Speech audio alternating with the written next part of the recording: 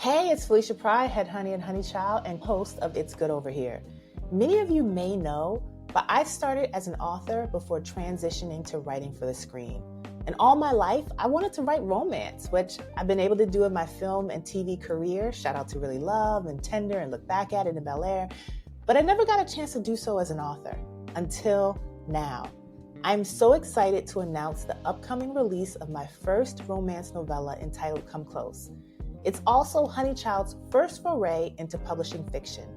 You can pre-order Come Close now on Amazon. Here's a quick synopsis. After years toiling in Hollywood, Amaya Ellis is finally directing her first feature film in her hometown, unexpectedly reuniting her with Kyrie Tate, her high school sweetheart, whom she hasn't seen in decades. He wasn't just the one, he was the standard. But ambitions, dreams, and the world got in the way, and their relationship fell apart. They lost touch, moved on, or so they thought. As fate brings them together, they relive their own movie of their past love and find themselves creating a new story.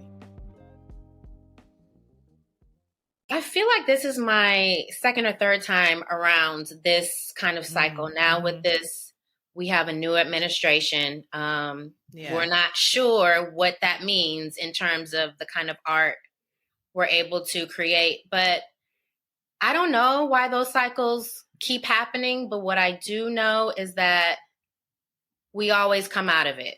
We always come out of it and we create art and we just keep going. Welcome, honeys in training, and all of those who love us. I'm Felicia Pride, writer, filmmaker, and founder of media and production company Honey Child, where we tell stories that speak to Black women of a certain age with love. And you are tuning into one of our things, It's Good Over Here. It's Good Over Here is your ticket to the delicious adventures in Honeyland. It's a celebration of how good it can get on the other side of 40 across career, life, and love. In each episode, we offer inspiration and insight on aging boldly because, honey, it is good over here. So, hey, honeys, so excited about today's episode. We have the amazing Reagan Gomez Preston, who is a television, film, and voice actress, writer, wife, and mother. Having been on screen since she was 14 years old, Reagan has a slew of credits, including some that might surprise you, as she has often stepped behind the mic to lend her talents to several animated characters over the years, including Roberta Tubbs on Fox's The Cleveland Show, which we love. She's also known for her role as the beloved Zaria Peterson on the WB sitcom The Parenthood, but she's amassed a ton of other credits, including guest starring on Queen Sugar, which we're going to talk about because y'all know I was a writer on Queen Sugar. So we want to welcome Reagan. Thank you so much for joining us on It's Good Over Here. Oh, Felicia, thank you so much for having me. That was beautiful. Thank you. I mean, you are an icon. Look, that's what I need to say. You are an icon and we love you so much. So I'm kind of fangirling over here. Now, we have a connection. We'll talk about how we met, but we have a connection because you were Chantel Williams on Queen Sugar. That's right. One of Nova's love interests, Retina Wesley's love interest. That's right. And I feel like you might have been in one of my episodes, but I don't think we met on Queen Sugar. Maybe, perhaps. What I do know is that fans still come up to me like, I wish you and Nova would have ended up together. Because Nova needed someone like you were the stable one. Do you know what I mean? Nova had some love interests that were questionable. Mm-hmm. She had the cop, you were the one where it's like, yes, she keeps Nova on track. That's the one we want. So I am in agreement with that. Thank you. Yeah. But I feel like we actually met. It was like a brunch that someone put on. It was a brunch that Kelly Terrell had for Black women and Black femme writers and directors. And me and my daughter came and you were there. Yeah.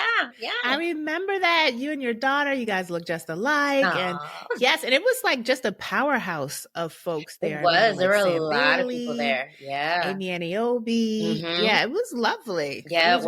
Really lovely. Really was. That had to have been like 20? That was way before the pandemic. Maybe 2017, 2018, something like that. Yeah. It was great though. And then it was great. Yes, it was. And I had followed you on Twitter since then, and we kept in touch. And I think we, touched base recently, but we're so happy to have you today on It's Thank Good you Over for having Here. me. I feel the same way about you, Felicia. I'm fangirling myself. So yes. I appreciate that. Well, let's take it back because you have been an actress for a very long time. You have been in the business. You have been on screen for a 30 very years long time. this year. So 30. This is your anniversary? The Parenthood premiered in 1995. We actually shot it in 94, but yes, technically the show has been on for 30 years. Yeah. Wow. Congratulations. Thank you so much. That's amazing. Like when I think about 30 years, honey, I get tired. Okay. I'm tired thinking of it. It doesn't feel like 30 years, but when I think of all the experiences that I've had, it does feel like 30 years. Yeah. Yeah. So take us back then. You kind of were born in Detroit, spent some of your childhood in Arkansas, and then Philly, then came to California. You were on Wikipedia. You got everything. Oh, yes, we were, honey. Diane is research, okay? Right. We want to make sure we know what we're talking about. But how did you end up in California? How did the dream of acting even come about? Yeah, so my parents are born and raised in Detroit, Michigan. That's where my brother and I were born. We moved to Little Rock, Arkansas for a year in the mid-'80s. My father was a forensic pathologist and he graduated medical school in Detroit, and the job that he had in Little Rock was his first job as a forensic pathologist. We were there when Bill Clinton. So that's like CSI? I'm sounding so crazy right now. But oh my God. It's kind of awful because you're dealing with people who have died, and it is your, job to determine their cause of death. But it is a very fascinating career. But yeah, we lived in Little Rock for a year back when Bill Clinton was the brand new young governor of Little Rock, of Arkansas, with his young wife, Hillary. And then we moved to Philadelphia, which is where I started acting. I went to a very prominent Black theater and historic Black theater program in Philadelphia called Freedom Theater. And from there, I did independent work in Philly, and I would go back and forth to New York and do independent work. And I had been working a while by this time. And it was. So how old were you? I was maybe, I want to say I started acting maybe 10. Okay. 10. So the summer I graduated 8th grade, I was 14 years old. That's when my mother was like, we've been to New York a lot. Let's go to California. I have a friend in Inglewood. She said we can stay with her for a few weeks. Let's just see what happens. So Mom's was about it. No, listen, my mom is from Detroit, Michigan. If you know anything about women from Detroit, Michigan, she's a hustler. So she called Dateline NBC, and they actually followed me from Philly to LA. We took the Greyhound bus, and it was this very sweet, like Cinderella story. This hometown Philly girls going to LA to, make it big. And the producer of the Dateline episode knew a manager in LA, a manager who specialized in kids from all across the country who would come to LA. Mm-hmm. So I signed with her like a few days after I got to LA. And within 2 weeks, I booked a Disney movie. It was a 1994 remake. Oh gosh, I can't remember the name. Anyway, Freaky Friday. It was the Disney remake. Oh, Freaky Friday. Yes, the 1994 version. Okay, not with No, Jamie this is the 1994 version. This was the Disney movie of the week with Shelley Long, who used to be on a show called Cheers, and Gabby Hoffman. And within a month, I booked a pilot called, the original name of the pilot was called Father Knows Nothing.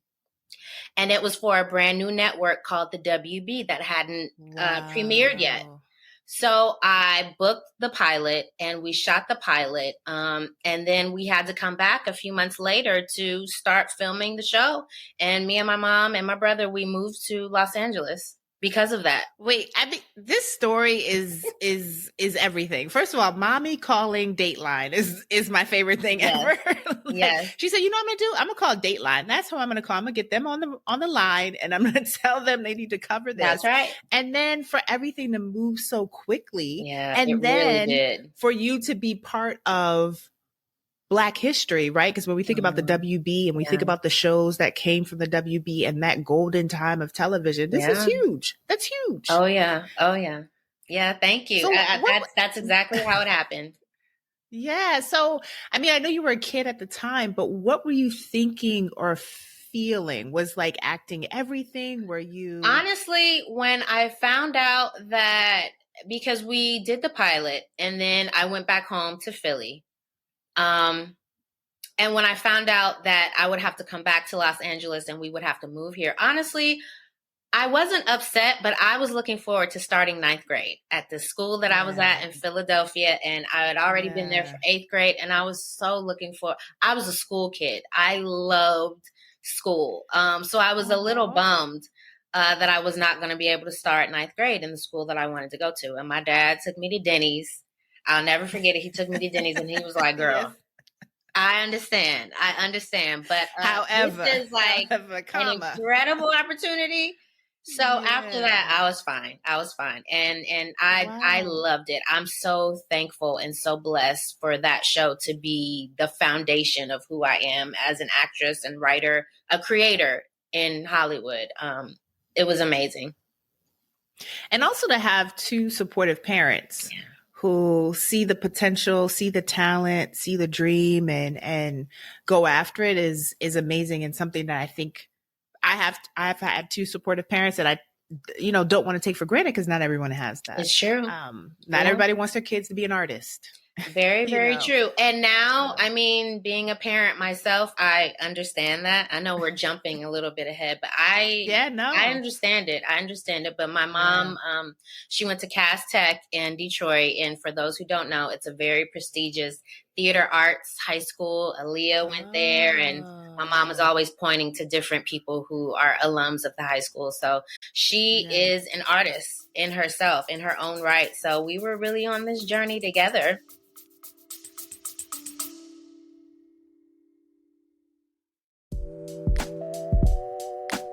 Acting on your ideas is a form of self-love. And when I decided to write the Creative Comeback Workbook and Journal, it was with you in mind. Storytellers with stories inside of you that you need to get out into the world. But life, fear, uncertainty has a way of leaving us stuck. But no more. It's time to reclaim our creative practice and get unstuck. The Creative Comeback Workbook and Journal can help you get back on creative track. 30 days of dynamic prompts, exercises to stimulate creativity, alongside motivational quotes, journal pages, and more. If you're ready to create again, get your copy of the Creative Comeback Workbook and Journal today at creativecomeback.com. That's creativecomeback.com. Because it's never too late to become the artist you always wanted to be.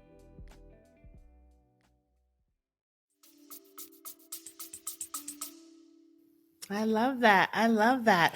Okay, so you make it on The Parenthood, and it is a huge success. What was your life like back then? Because this is a breakout role for you. What was it like to be a teen actor? Playing Zaria. Yes. Yes. It's so crazy. It was such a different time back then. I feel like we were very isolated, and by that I mean, we didn't have social media or fans being able to tell us directly how much they love the show, how much they enjoy the show. So we didn't really know. We knew we were on TV, and every now and then, someone would point at us and say, oh, that's such and such. Or we would do magazines for, like, I don't know, what was around back then? Sister, the old school Black magazines back then. But we didn't really know. And Hollywood at that time, if you think Hollywood is segregated now, it was even more so back then. So we were a little, we didn't really know. But what we did know was that we were a part of Black Hollywood. And at that time, the 90s, there were Black shows everywhere.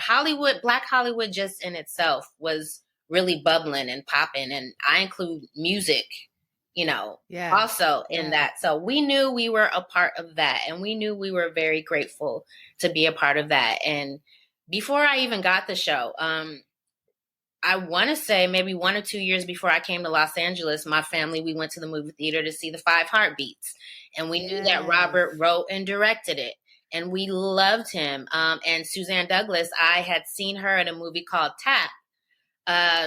Yes, a few years ago. Gregory With Hines. Gregory Hines. Oh, yes. So I had already known who they were. But yeah. And rest in peace, Suzanne. That's she right. was in yes. our film Really her, Love and just radiant and amazing. Yes, we just lost her a few years ago. Yes, definitely. Yeah. But I knew I was coming onto a show with some heavyweights and some people that I really respected, and my parents respected them as well. So I was really happy. But I will say nowadays, with social media, with TikTok, I get love all the time. On TikTok, they do fan cams of Zaria, her hair, her, clothes.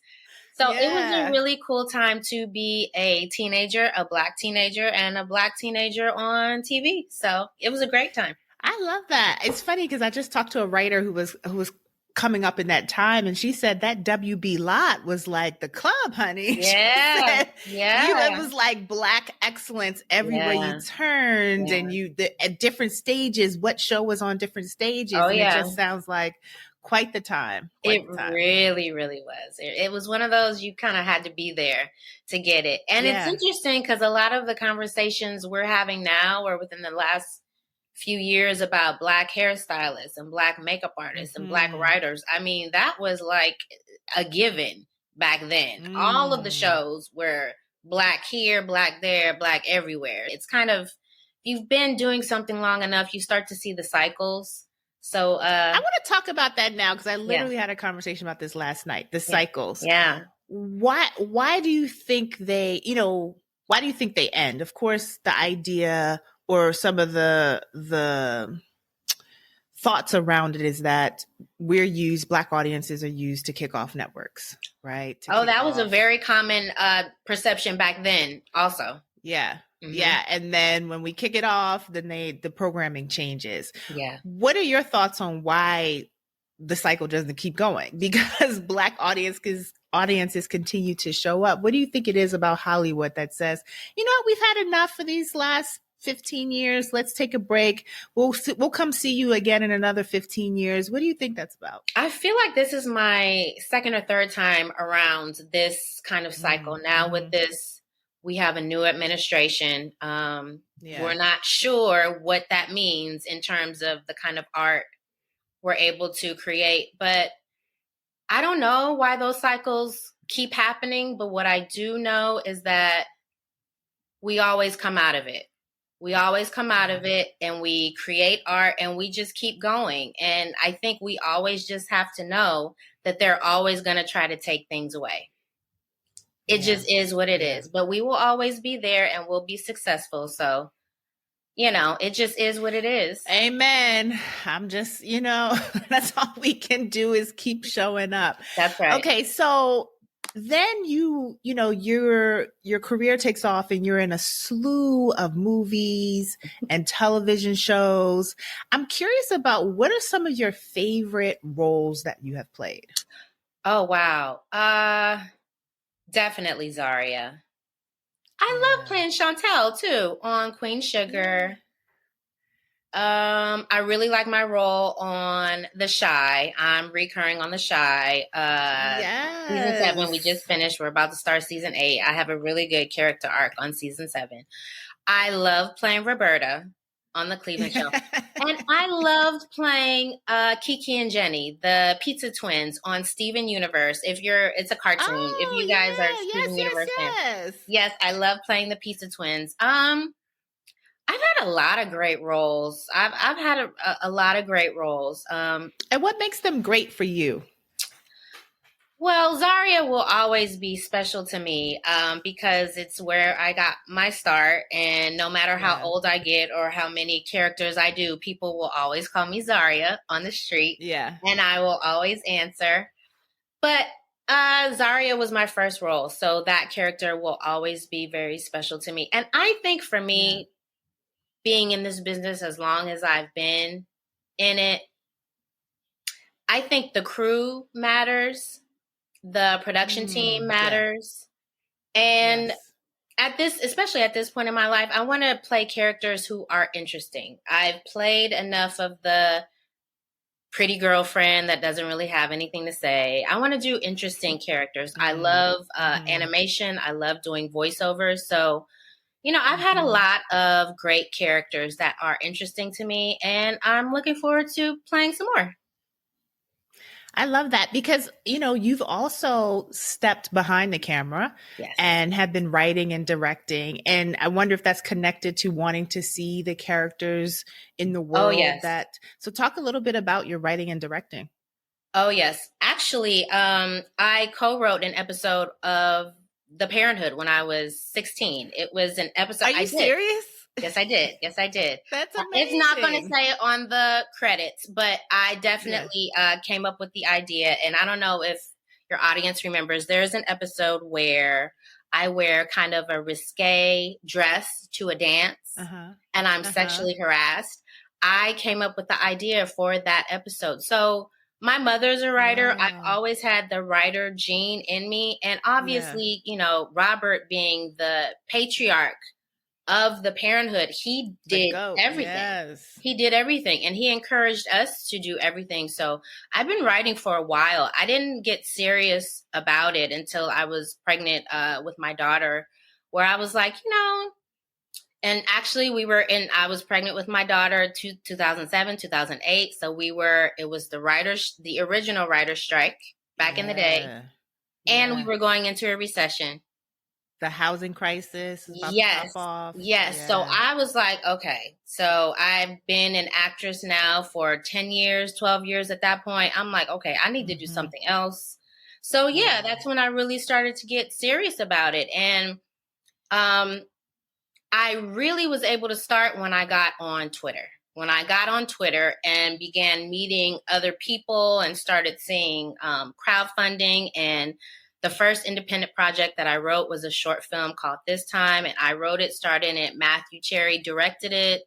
So amazing. It kind of started, we were both on Twitter, like, remember Black Hollywood? Collaborate. What happened to Black Hollywood? Because at this time, Scandal wasn't on TV yet. So we were in one of those. This was during one of the droughts. Yes. Yes.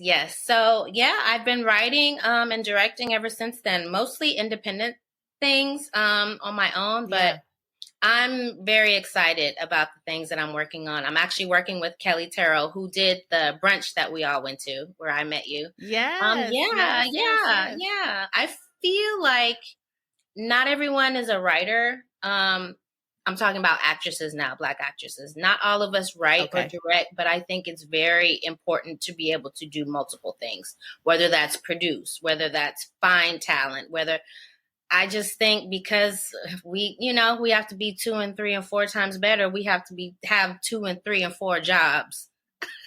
Also, I mean, I totally agree. I think I tell writers all the time, if they're interested in directing, to try it and see if it's for you, because I think that being able to write and direct just positions you differently in the business. I agree. And I've seen it, like you're saying, with actresses who can write or who can direct or who can produce. I mean, look at your Margot Robbies and that positioning themselves in different ways can change the game. So I completely understand it. I want to kind of step back a little bit and talk about your experience and I sometimes hate this question, like, what is your experience as a Black writer in Hollywood? But I'm interested because you've been in the business so long. What do you want people to know about being a Black actress in Hollywood that you feel like they don't know, they don't talk about enough? I feel like we're a sisterhood. I mean, there are women that I have known for 30 years at this point, like Gabrielle Union, Megan Good. One of my other first jobs was Cousin Skeeter, a show that she was on. Nobody remembers it. It was on Nickelodeon. But I've known these women forever. Even Tashina Arnold, Tisha Campbell, women that are a little bit older than me. They were there, kind of, I don't want to say taking care of my mom, but they were my mom's age. And so when she was with me everywhere I went. So I really feel like this is a sisterhood. We are a sisterhood. Yeah. We have issues that we go through that are very specific to us. but we also encourage each other. We know what it is. We know what it is. And if you've been here for a certain amount of time, you know it's going to be okay. You know it's going to be okay. Yeah. And they've been very important in my life, for sure. That is so warming, and definitely we don't hear that enough. So I love that. So you're an actress, but then you meet the love of your life. Yes. You get married, and you all start a family. Talk about becoming a wife and becoming a mother. Oh, we were young when we got married. We were 18 and 19. Ooh. When we got married. Oh yes. As soon as the parenthood was over, I was a wife. And he was my boyfriend at the time. And so he was on set with me all the time. And he had his own career in music and modeling and international modeling. So we were both these young kids. Dynamos. Yeah. And we were like, okay, we want to get married and be in the house. Just you and me, just away kind of from everything and everyone. Yeah. And it was so amazing. He was actually just over here watching me do the interview. He was eating his dinner and he went upstairs. But I mean, it was great. It was really, really great. And I think now when we hear so many bad stories of kids back then, I was very grateful that we were in our little bubble, both of us. That we were both in our bubble. It feels like it gave you a grounding. Like you have a grounding and a perspective. Yes. That is very different than some actresses who have been in the business as long as you've been in the business. And it gave me perspective on, because my husband is from LA. He's from Pasadena. Both sides of his family are from Pasadena. So, when we got married, the only job I really had was the parenthood. I had done a few small things, a few small films, Jerry Maguire and things like that. But when the parenthood was over and I got to see, what the business is like outside of being sheltered on this show, and I got to see, oh shit, I haven't had a job in 6 months, or, being able to have someone at home and also have his family who they're from Pasadena. Most of them are not in the business. They have regular jobs. They don't care about what I'm working on. It's Reagan. How you doing? Are you hungry? You don't pay attention to them people out there. So it was very grounding for me, for sure. When I, got to experience what Hollywood really was and what the struggle of an actress really was, 2, 3, 4 auditions a day. I did that. Oof. I did that. So I was, and this was in-person auditions. This was not self tapes. Yes. You was driving around the lot, honey. Huntington Beach, all of these. I mean, I'm telling you, it really was a grind. But what I would say is that you have to have a support system. I think that support system is huge. I came here at 35. I didn't really know many people at all, but was able to build that support system. So that's huge. That's huge. Yeah. Okay, so I'm bouncing around because I want to go back to your writing and directing work, and then I want to go back to family, because you are really into genre, and I want to talk about Black people in genre. Because I know that you're really into sci-fi and horror. Talk about your relationship, how that came about, and what you hope to say in your genre storytelling. I love genre. I love superheroes. I love sci-fi. I love horror.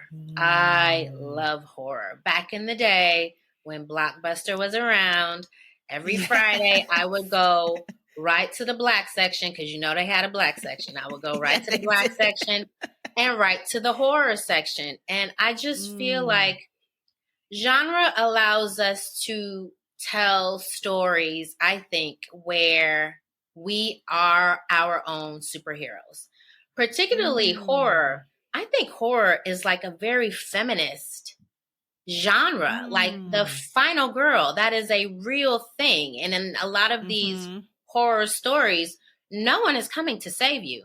The girl has to figure out how she is going to survive. And I've just really been attracted to that genre. And now we're kind of deep in Black horror where, you know, post Get Out. Now there's so many Black horror stories and I love it. So you know, when I first started writing and directing original content on my own, one of the web series that I did was a web series called Surviving. And I wrote it and directed. I did not star in it. My friend Cynthia McWilliams starred in it. But it was yes, I love her. Yes. From Real Housewives of that's right.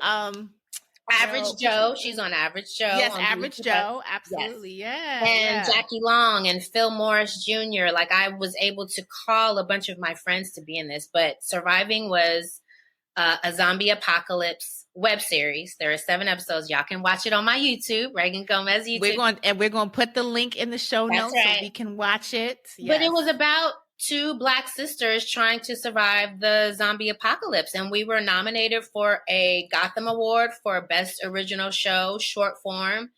And we went to the Gotham Award. And what year was this? I was just going to say it was 2016. Wow. We went to the Gotham Awards as, you know, nominees, and not an actor, but like as a creator, as a writer, director, the real deal. And how did that feel? How did that feel different? It felt so amazing. And it felt amazing also because the cast of Moonlight was there. And this was, you know, the Gotham Awards are the kickoff to award season. So they had not this was November. So they would go on 3 months later, 4 months later, to win Best Picture, but they were there because Moonlight was an independent film, and I was there as an independent filmmaker, and I'm like, oh, this is another level. This is another level, and I deserve to be here with these amazing people. That's how I felt. That's exactly how I love felt. that. Yes, I love that. Your take on horror and the fact that we just need to be we need to be creating horror because we are experts on not only horror, but survival, right? Truly. I love the idea of being experts of survival. So yes. Okay. So I'm going to bounce back to family. So you take time to be a mom, be a wife, while also continuing to create. Talk about the you know, we had mothers on the show and I love the different perspectives around creativity and motherhood. So I would love to know yours. It's really incredible how you think, you know, they're seeing a lot of things for the first time, but we are seeing a lot of things for the first time through them. So both of them, they've made me so brave. They've made me so comfortable, and not a bad kind of comfortable where you're not pushing yourself. But I know when I walk in my door, I am loved and everything outside of the door is going to be fine. So they've really given me that foundation, kind of what we talked about, and stability that we talked about earlier. But it's really been incredible. And getting to know them as young people and seeing the stages that they go through. And it just enriches you as a person and it helps your storytelling. That's amazing. That's amazing. And every time I talk to mothers, I'm not a mom. I almost be like, should I? No. And then I'm like, no, but I love the perspectives because it's beautiful. And I'm curious. I always ask married couples this or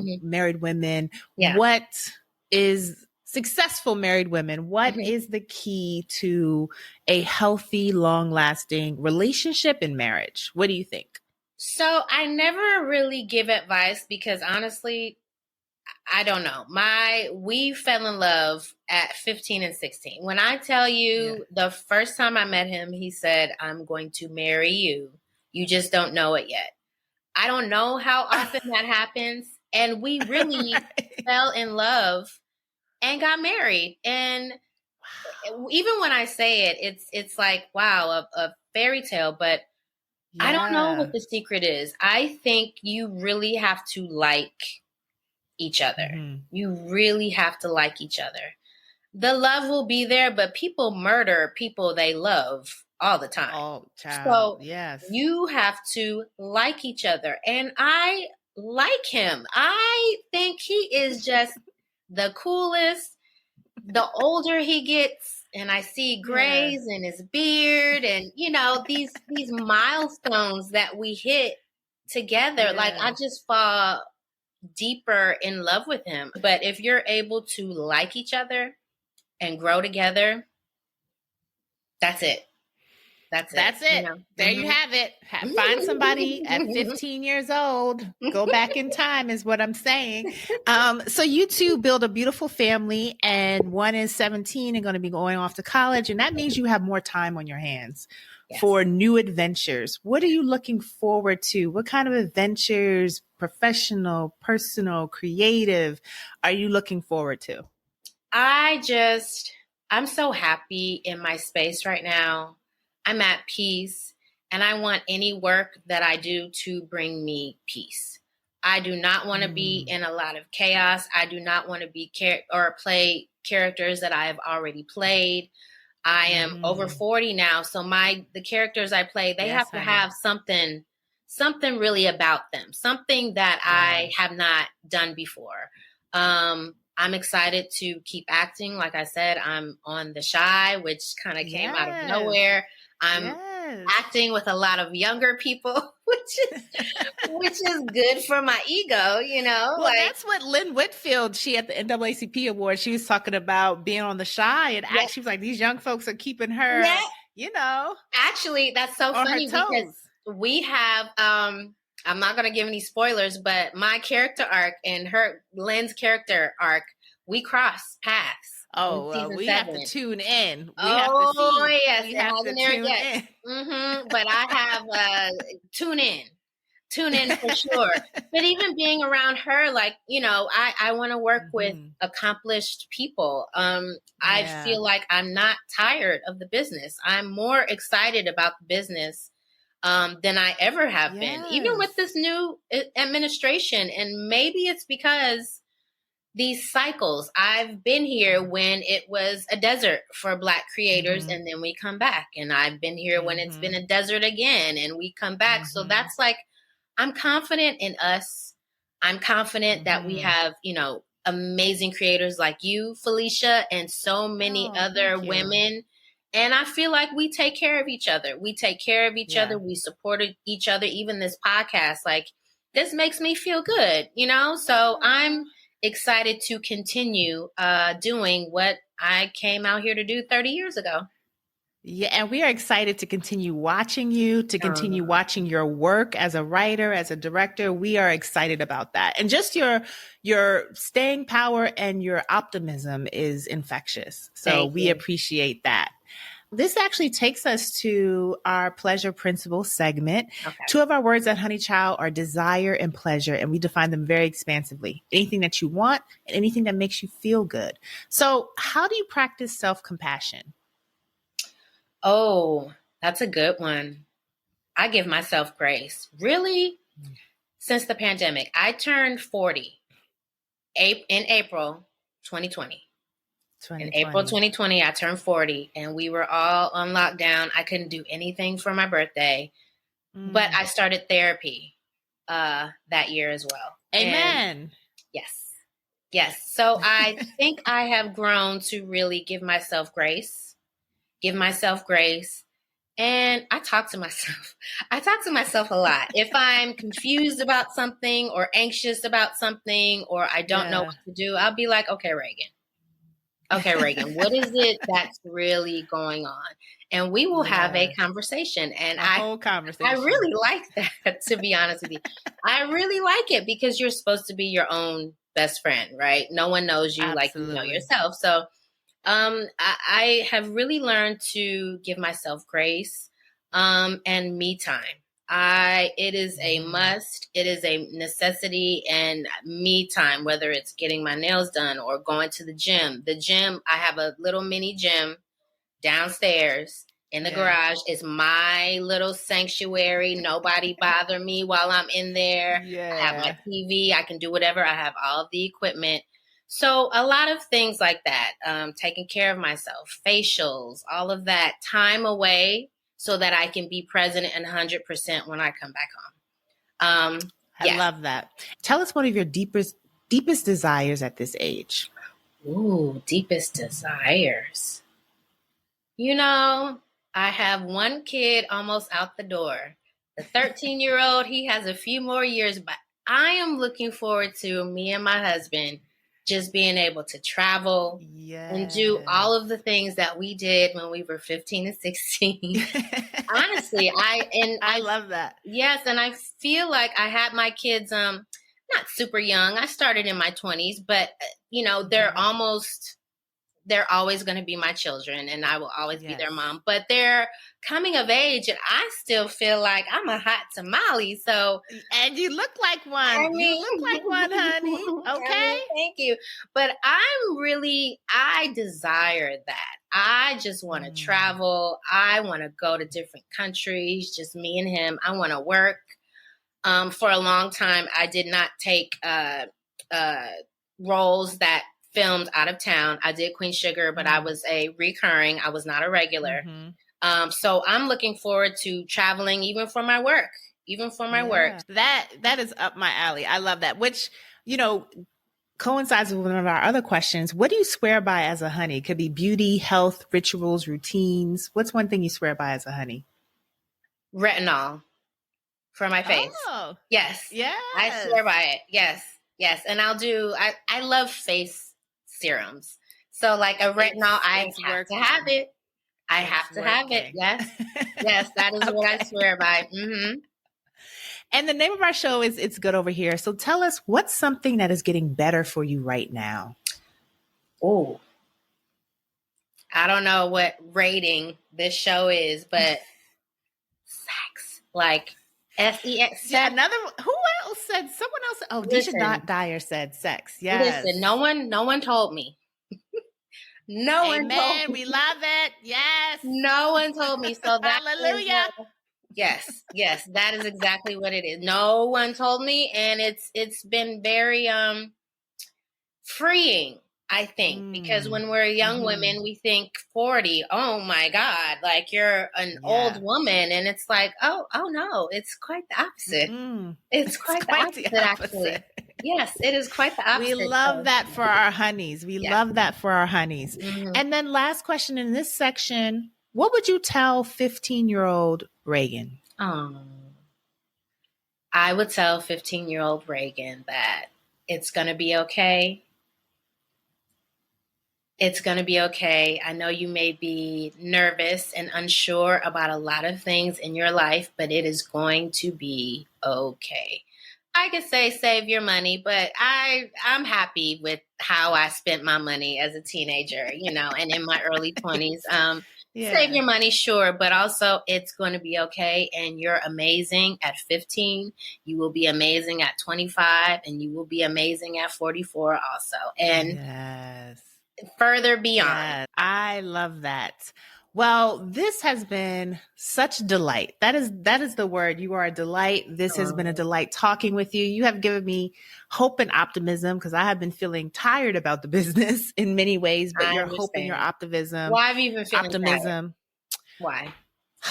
It's mainly the people. I got to admit, it's not the work. It's never the work. I love the work, even when it's like, how is this going to come together? How am I going to pull this draft together? It comes together. But I find that there's just a lot of spirit of desperation and competition and toxicity. Yes. And I think that I'm a Sag, so I think sometimes I take that in and I internalize that. So I've been working on not internalizing that so I can continue to do the work. And also finding ways to work with and collaborate with people that I genuinely like, and having more agency within those decisions. Kind of like how you were saying, I want to take roles that mean something to me, that are filled with peace. I'm right there with you. I understand. And even the desperation part, that is so very spot on, because that really used to be me. It really used to be me, because we don't know where our next job is going to come from. So there is a sense of, oh my God, I have to make it happen. I have to make it happen. Not my manager, not my agent. I have to be the one to make it happen. We are all in this together. And, it is what it is. It's okay. We work in the world of make-believe. It's supposed to be fun. That's what I'm saying. Like, can't we just I just want to have fun and make great work. Why are we so uptight? And you know what? Sometimes you have to take on that mentality, though. And it can become contagious. Yes. I love that. Well, we want to thank you for joining us on It's Good Over Here. We had an amazing time talking with you. Is there anything you want to promote? We are going to definitely have the link to your web series. We're going to make sure we check you out on The Shy. Anything else that you want to share with Honeys? Sure. You guys can find me on Twitter and on Blue Sky. I try to keep a healthy balance between politics, which I am very into, and, beautiful things, Black film, art, music. I love your feeds. Thank you. Feeds are amazing. Thank you so much. So you guys can follow me there. And I'll be on The Shy. That's it for right now. Fantastic. Well, thank you so much, Reagan. I love this. Thank you. It's Good Over Here is a Honey Child thing. Honey Child is a media company that speaks to Black women 40 plus, honeys as we like to call them, across audio, digital, film, TV, books, and more. Don't forget to follow Honey Child on Instagram, Threads, and TikTok at It's Honey Child. And visit our website at honey-child.com. For bonus content and other exclusive Honey Dip stories, subscribe to our Substack at yeshoney.substack.com. That's yeshoney.substack.com. Until next time, honeys, it's good over here. You coming?